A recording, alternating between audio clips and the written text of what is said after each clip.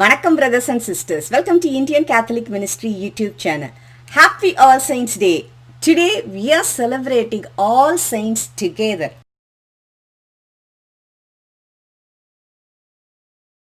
Saints are people like you and me but doing extraordinary things. They are full of actions. They make impossible seem possible. And they strongly believe in Bible. What is in the Bible? They strongly believe in that one and they live their life accordingly. They don't just wait for somebody to do good. They just jump in right away. And they are the people who see Jesus in every person and in every situation. We all are called to be close to God, to listen to Him, pray and praise to Him, and to follow Jesus' teachings. Saints are in heaven. They speak for us and they pray for us to God. And the saints, they love us and they understand us because they are also human beings. They are people like you and me and who lived in the same earth, who lived in the similar same society. So they went through all this what we are going through now, and they have been through all kind of temptations, distraction, discouragement, and expectations, fear, sorrows, joy, happiness. So they went through everything just like us. Hence, saints know us very well and they understand us, and it's like they know what it is to be a human and to be in this earth, in this society. They know everything. Saints are examples of Christian life and intercede for us. They are present for us. From heaven, they guide us and influence us and act in our behalf. How do Catholic Church declare someone a saint? Steps to canonization. During 1st century, sainthood was more like a popularity. So in Middle Ages, it was decided to follow some structured process. And now we kind of follow that same procedure. Okay, now the first step to sainthood. Obviously, the person has had to have died. So saints are in heaven with God, and so this potential saint candidate must be dead. And people, so that's the first step, deceased person. Second one, the people who know this potential saint candidate, who know this person, who know this deceased person, they will ask the local bishop to begin the cause for canonization. So this does not begin until 5 years after the death of the candidate. So during this 5 years, what the church will do is they look for verify this candidate's reputation and the holiness. So once the bishop, so right now they begin the cause for canonization of this deceased person, and once the bishop agrees with it, this potential saint candidate, this person receives the title servant of God. Meanwhile, bishop nominates various officials and theologians to gather all evidence for and against canonization. They examine this potential saints, the person who have been called as a servant of God now, this person's speeches, writings, lifestyle, character, faith and moral teachings of church, testimonies and witnesses.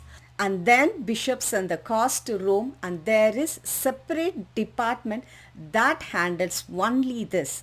This department look for if this person lived a life of extraordinary and heroic virtue, did good works out of love of God and neighbor, or it's just for the namesake, for the fame, or for the money. If all the above is satisfied, this servant of God, this potential saint candidate, is given the title Venerable. So if this person is martyred, then right away it is declared blessed. If not, the next search for proof that this person is saint begins. And in this step, the search is for miracle. So they look for a miracle. First step to happen is the miracle has to happen after the death of this person, first thing, and then the miracle should be like only through this person, no other like saint help should be there, because there should be any intercedes of Mother Mary or Saint Jude or Saint Anthony's. No one should be helping out for this saint to be for this potential saint candidate to become a saint. So no other help should be there, and it should be right after this person's death, not while this person was alive also.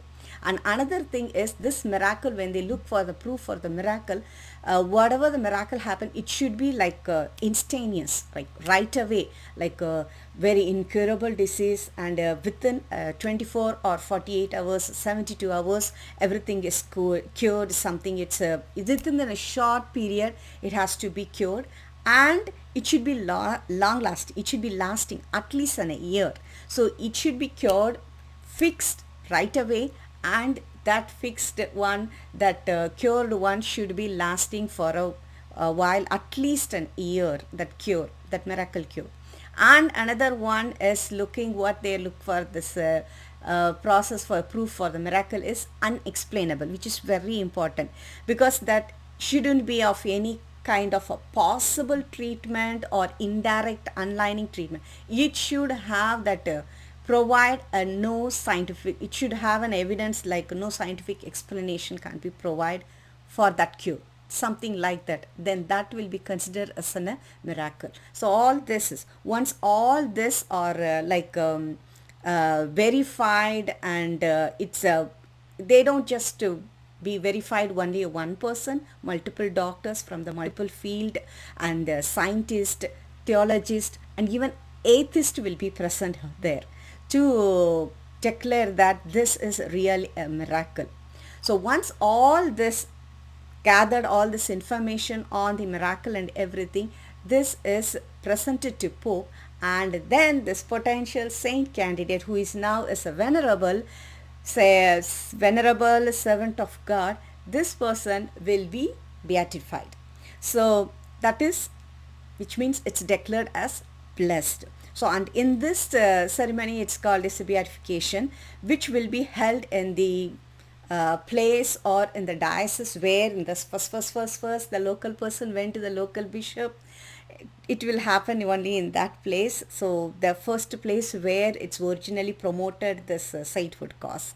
So there will be this celebration will be there, and during this time of celebration only, the feast day of this potential saint candidate, which is now called as a blessed saint, so blessed person.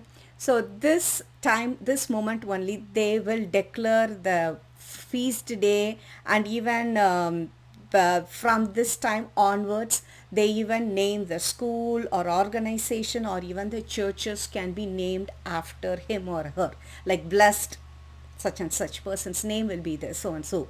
So it will be declared there. For martyrs, only one miracle is required, but for others, another miracle, the search for another miracle begins, which is like the second miracle. So this miracle, only thing is the conditions for this miracle is same. This time this miracle is same as the one I stated before. It should be like unexplainable, instantaneous, lasting, everything. But only difference is this time this miracle should happen after beatification, and it should be same following all this one. So both miracles which happen before beatification and after beatification, both are even verified with the same style, with many doctors and scientists and atheists and theologists, everyone they will verify. And once it's been verified, the canonization day, that is the day the Pope declares this blessed saint, this blessed potential saint, he declared on that day as a saint. So in addition to that martyr and not martyred, there is some other things that called incorrupt body.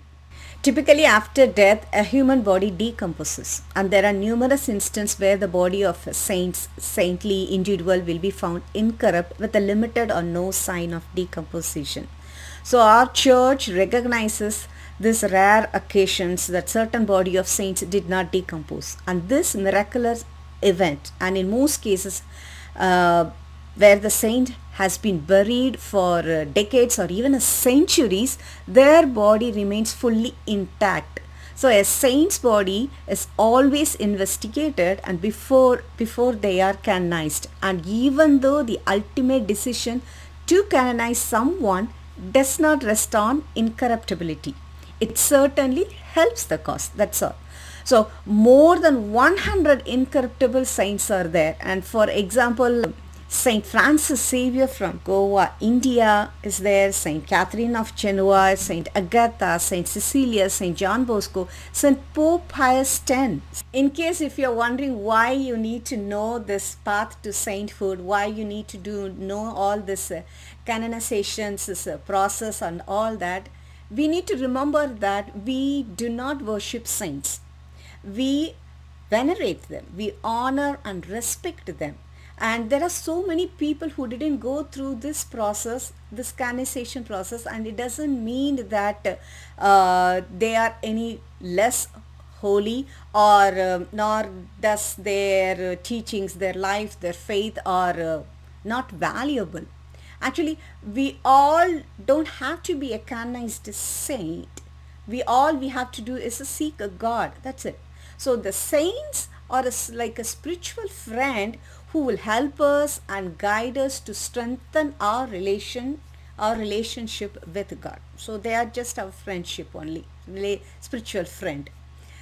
Thank you so much for watching today's video. Share this video with your friends and family. Subscribe to Indian Catholic Ministry YouTube channel.